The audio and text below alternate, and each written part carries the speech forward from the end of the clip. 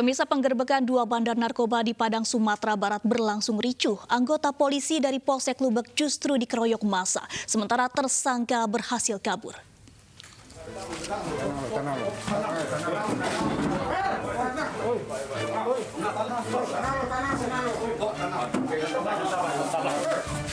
Peristiwa ini berawal ketika sejumlah petugas kepolisian dari Polsek Lubek menggerebek dua bandar narkoba di salah satu warung yang dijadikan sebagai lokasi perjudian.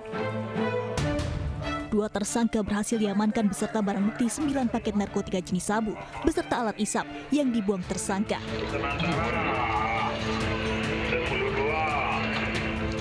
Petugas juga turut mengamankan sejumlah barang bukti kegiatan judi berupa kartu remi dan uang tunai.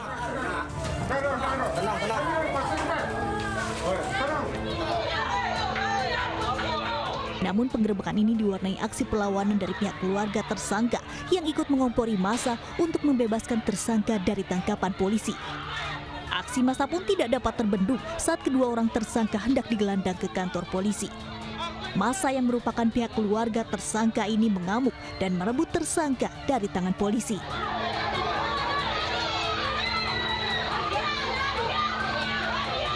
Akibatnya, satu orang anggota polisi mengalami luka di bagian kepala dan dilarikan ke puskesmas. Sementara dua orang tersangka bandar narkoba atas nama pedon dan penculik berhasil kabur dalam kondisi tangan diborgol. Hingga kini keduanya dalam pengejaran pihak polisian Polsek Lubek. Dari Padang, Sumatera Barat, Budi Sunandar, iNews melaporkan. Hanya karena tidak dikasih uang, seorang warga Cianjur, Jawa Barat membakar kakaknya. Korban mengalami luka bakar serius di sekujur tubuhnya.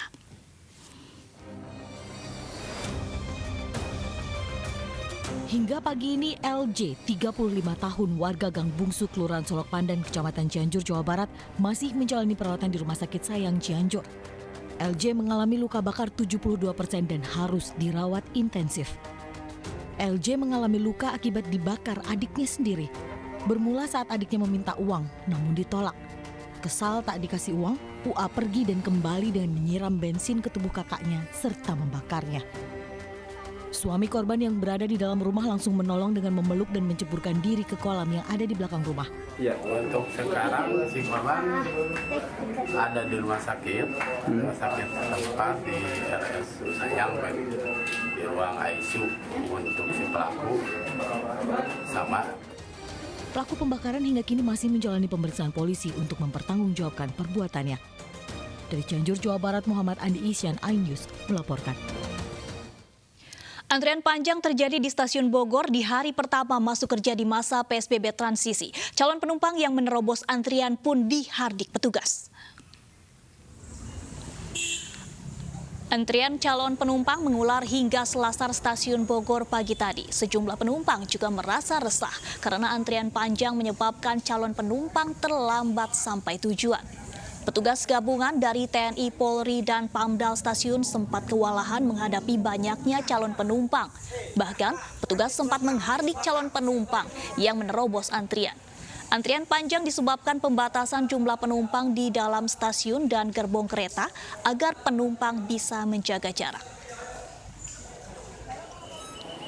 Sementara di stasiun KRL Rangkas Bitung, ribuan calon penumpang mengantri hingga keluar stasiun hingga 1 km. Para penumpang yang mengantri sejak pukul 4 pagi ini tidak lagi bisa mematuhi aturan jaga jarak karena banyaknya orang yang berdesakan. Sejumlah penumpang bahkan terpaksa batal bekerja karena mengantri terlalu lama sehingga terlambat. Pemirsa, warganet pun mengupload atau mengunggah keadaan yang sama di berbagai stasiun kereta. Antrian calon penumpang sudah terjadi semenjak kereta beroperasi mulai jam 5 pagi tadi.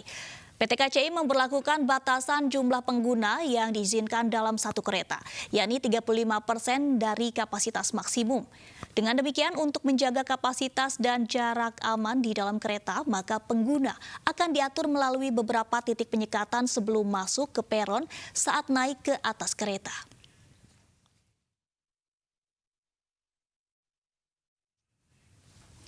Pemirsa, Stasiun Manggarai mulai ramai pada hari pertama perkantoran buka di DKI Jakarta. Selama berada di lingkungan stasiun, penumpang KRL mematuhi protokol penanganan COVID-19 yang berlaku. Pada hari pertama perkantoran di DKI Jakarta buka, jumlah penumpang meningkat di sejumlah stasiun KRL. Meski ramai, penumpang tetap mematuhi protokol kesehatan yang berlaku, seperti mengenakan masker.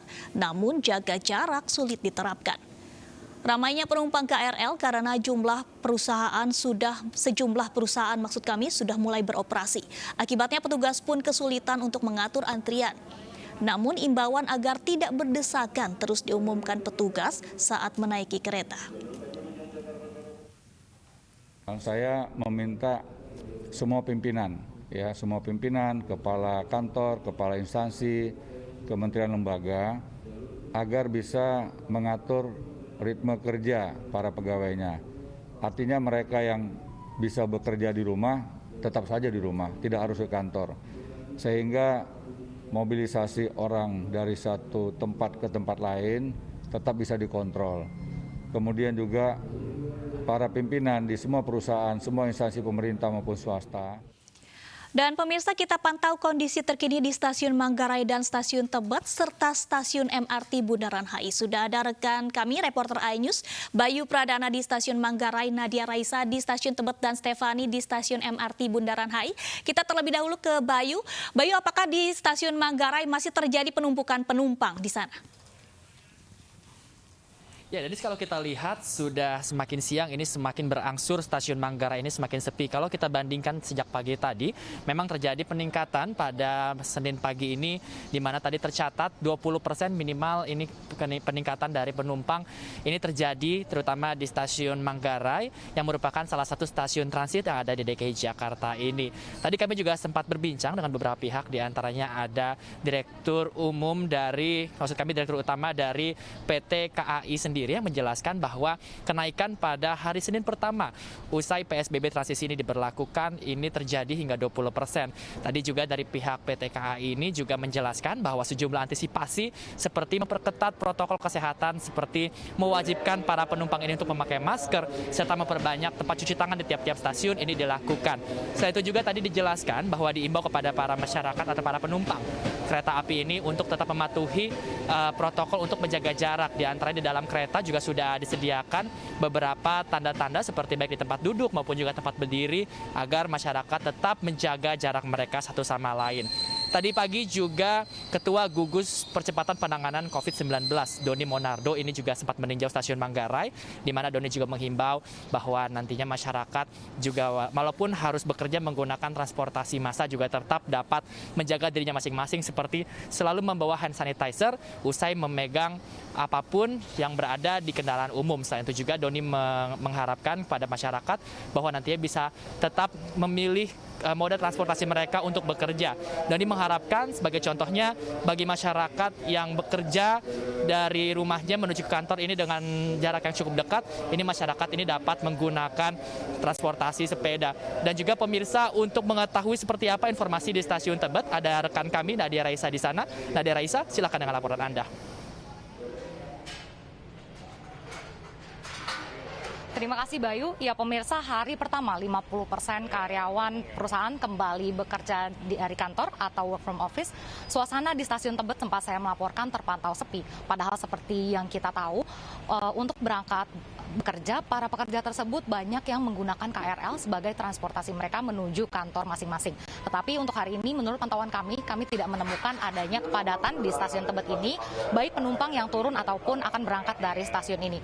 Selain itu juga kami tidak menemukan adanya antrian ataupun penumpukan penumpang di bagian pengetepan kartu untuk keluar masuk dari stasiun.